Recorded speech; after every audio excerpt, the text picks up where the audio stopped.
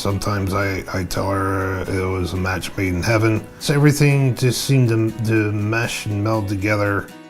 Actually, our daughters met before we did. 6 months, 8 months, a year before we met at UNO. On the 23rd of December 2007, I get this EONS friends invitation that comes in like 3 o'clock in the morning. Her online name was CopyKat. Then sent it back and accepted her friendship. And from CopyKat. From CopyKat. And that was the 23rd of December 2007, and we have talked every day since then. We both had adopted daughters from previous relationship. Both like motorcycles, both love Italian food, both like cats. The relationship just took off like a rocket from there. And we got married in 2011, June 24th. June 24th.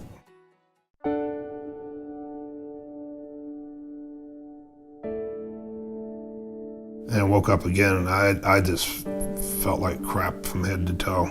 Chills in one part of my body and perspiring in the other part of my body, and I just didn't feel like this before. He leaned over the bed and he just took a deep sigh, just a deep sigh, and I said, "Are you okay?" And he said, "No, I'm not okay." And I said, "What's wrong?" And he said, "It's just my chest feels so heavy, like there's a truck on my chest." And I knew right away.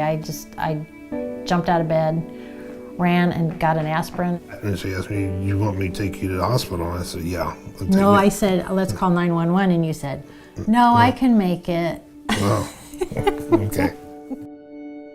She takes me to the Nebraska Medical Center Hospital in 42nd Dodge. Tell the nurse what's going on. They whisked me right in. They ran the probe into my wrist.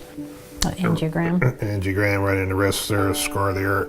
That didn't take too long. That is true, and I knew it was a bad sign when the doctor came out right away, and he looked at me and he said, you know, and he showed me the x-rays, and there were 4 blockages. And so that's when he said, "We can't do stents, we have to do surgery."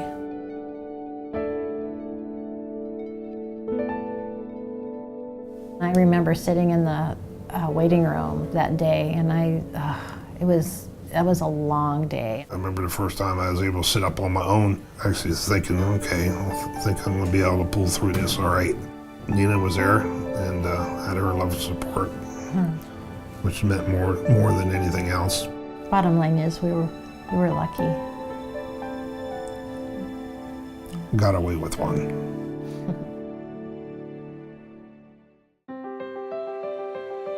It was a wake-up call to live a healthier lifestyle. I think she had a checklist of things she started running on me here. Her diet, I see a couple improvements here. It was kind of a gradual thing, introducing more greens, more vegetables, more fruit, oatmeal, staying away from the prepackaged foods. Healthy eating and healthy cooking has really become a hobby for us that we enjoy together. Yeah, she Italianized me.